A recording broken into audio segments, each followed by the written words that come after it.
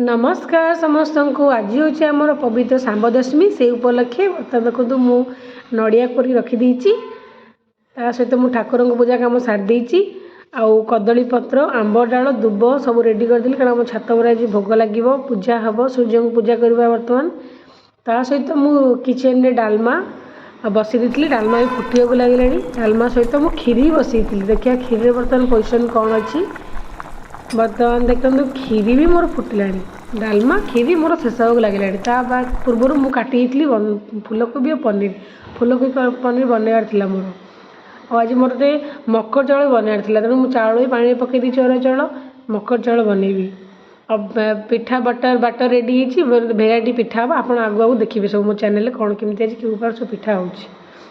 मो पुअर आज स्कूल छुट्टी तार से एंजॉय करुच्ची मोबाइल देखिए टाइम पास करुच्ची माँ पुआ आम ए चलू मिठा कि भोग लगे से बर्तमान सब भेराइटी मिठा कि नहीं आसिली मो पु सागर गला टेडी सांगे नहीं गला सी जुआड़ जो सांगे टेडी को छाड़बन सांगे नहीं जीव बर्तमान मो माँ पुआ मिठा किणवा कम सरीगला आम चलू घर को घरे पहुँच देखल छात गुड़ा बहुत असना था कारण छात आम सूर्य को पूजा करार भोग लगे देवार तथा मुझे छात पाइप लगी छातटा पूरा परिष्कार करदेली मो पुआ ये खेलुची मोड़ी छात धुआ धुई कम सारिदेली कारण आम भोग लगे ना माँ पु तौक पलि आसली मो पु गाधे देवाई आनी पु बर्तमान गाधे देली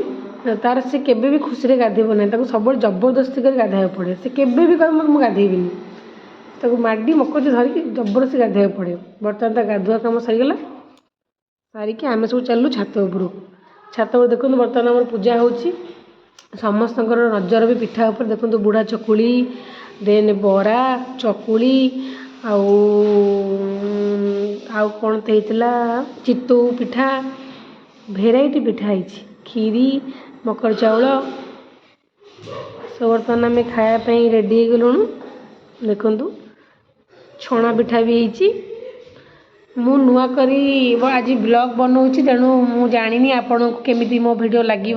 कि मु भावुँ आपड़ खुशी मो वीडियो को ग्रहण करेंगे एंड मत बहुत भल पाइबा देवे देखो बर्तमान आम सांब दशमी पालन कर समस्त बस एकाठी खाऊँ समस्ते एंजॉय कर सांब दशमी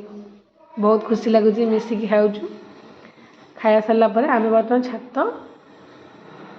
परिभ्रमण करुँ देखुँ ठिया कौ बिल्डिंग कौट देखा आमर सबुठ बड़ बिल्डिंग 22 ताला बिल्डिंग से देखा अडी शोरूम देखा कौट कौन देखा सब डिस्कसन डिस्कसन घर को फेरलु ये समस्त बर्तमान खाया बसले देखो कमी गेल हो ये कौच मो खाଇବା क्या देखा ना ये मो खाया नजर लगे समस्त बर्तमान खाया को एंजॉय कर आइटम होता भात डालमा पापड़ कोबी पनीर खट्टा दही पचड़ी समस्ते बहुत एंजॉय कर खाइले खुशी खुशी खाईदे खाई सारा पर समस्त देह भारी होगला समस्त आम शोबू किए शोचती किए मीटिंग कर मो धन को मुझे शुआई देती समस्त बर्तमान कम व्यस्त जदि मो वीडियो आपको भल लगी प्लीज लाइक करेंगे सब्सक्राइब कर शेयर करेंगे thank you so much I love you all.